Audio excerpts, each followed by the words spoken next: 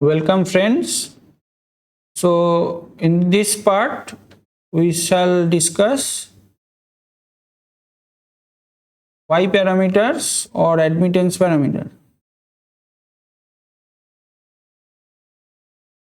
So, as it is discussed in the previous part, that when currents from both the terminals is represented as a function of voltages, it is actually it's called Y parameter representation. Y parameter representation. So now if we arrange these current equations, currents by a vector, then it must be Y matrix, that is admittance matrix. It is Y11, Y12, Y21 and last element will be Y22. Then we have a voltage V1, V2. So if you expand this, the first equation becomes I1 is equal to Y11 V1 plus Y12 V2, and our second equation will become I2 is equal to Y21 V1 plus Y22 V2. So these two equations. Now let us define different Y parameters. Let us do one by one. Just like the previous case, we have done open circuiting respective terminals. Now this time let us make V2 is equal to 0. That means what? When we can make voltage is equal to 0, we have to short circuit the port. Right? We need to make port short circuit, port voltage is equal to 0 by making them short circuiting. So when V2 is equal to 0, then Y11 will be Y11, that will be is equal to I1 by V1, and Y12 or rather Y21 will be I2 by V1. So these two will only be true when this V2 equal to 0. So that is written here.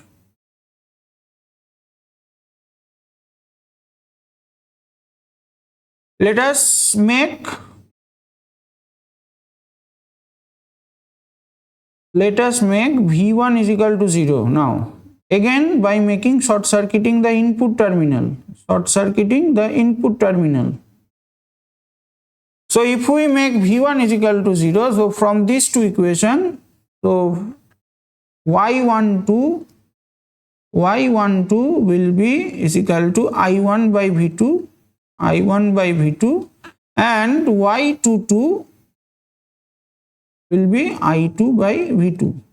So these two will be only valid when V1 is equal to 0. Other than that, it will not work. So exactly that is written here.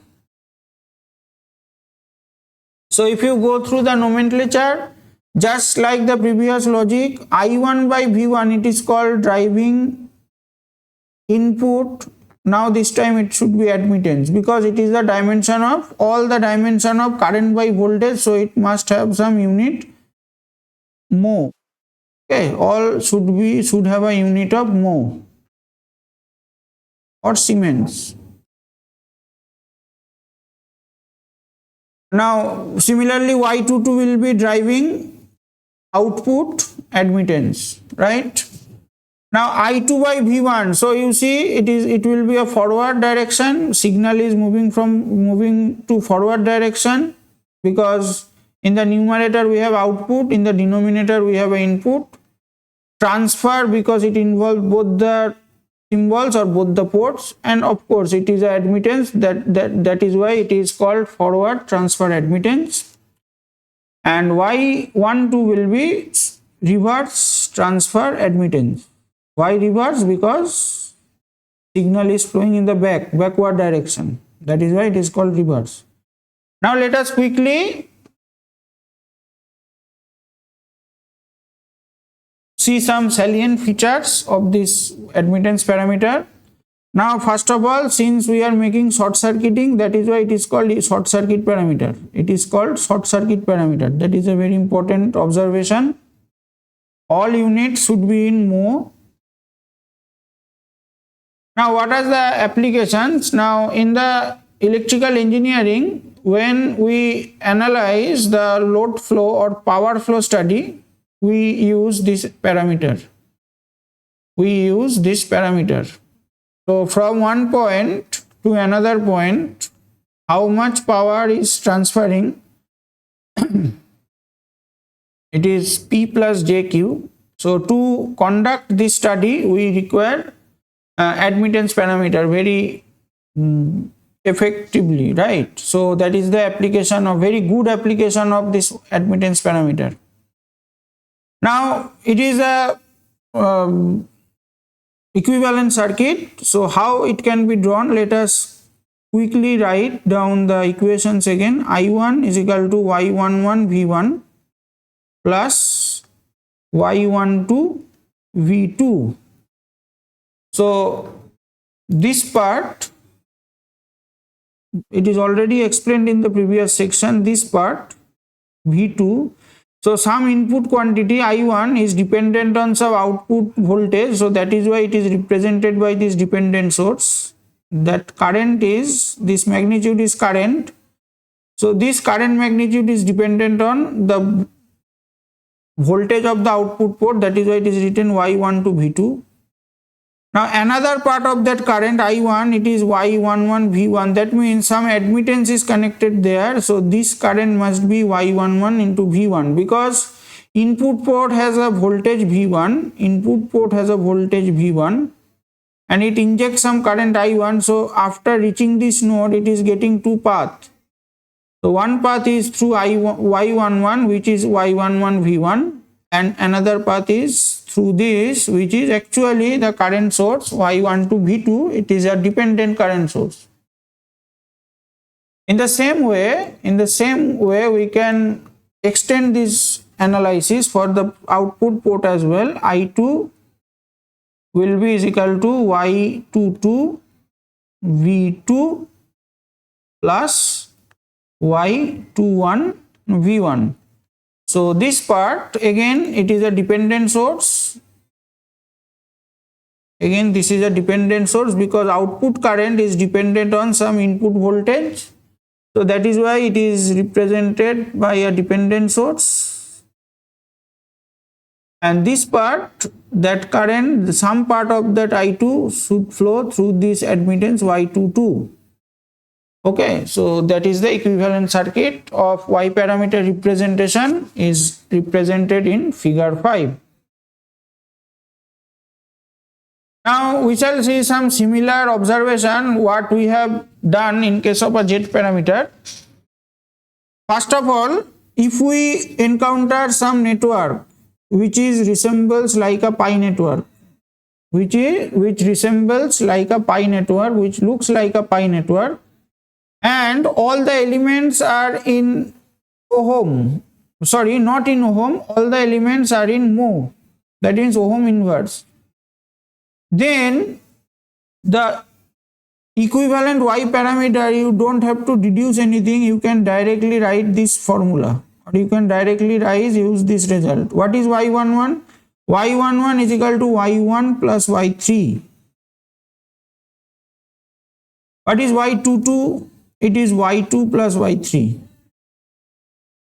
This is Y2 and this is Y3. This is Y2 plus Y3, and Y12 and Y21 will be minus Y3. Okay, so you can directly write down this result. So let me give you an example. Let us have a pi network. So let us say we have 2 ohm, 5 ohm, and let us say 1 ohm. So one condition is that that those element must be in ohm, not in ohm, sorry, it must be in mho. So 2 ohm resistance means 2 ohm resistance is nothing but it is half 1/2 mho conductance. So both are the same thing. 5 ohm, it means same as that of 1/5 mho, is both the same thing, and 1 ohm is of course 1 mho. So Y11 in this case will be half plus 1/5. That means it will be 7/10 mho. Y22 actually it is 1 plus half, that will be 3/2 mho. And finally we have Y12, and that will be is equal to Y21, which is nothing but minus half mho according to this result, right? So this is actually my Y3, this is actually Y2, this is actually Y1. So please keep this in mind that these parameters must be represented in mho.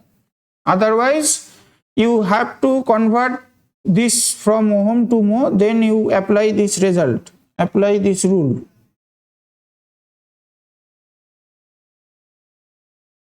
Now, when you have two networks connected in parallel, this type of connection is called parallel connection. Suppose network 1 having got a admittance parameter of Y1 and network 2 having an admittance parameter Y2.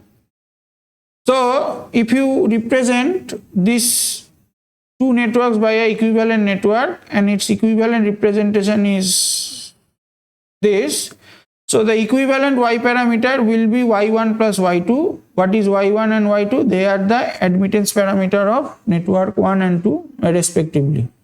So you can directly use this result when you encounter two networks connected in parallel. That is important. They must be connected in parallel. Otherwise you cannot apply this rule. Otherwise you cannot apply this rule. So with this we are ending this part. So admittance parameters is nothing but they are called short circuit parameter, and all the parameters are represented in mho.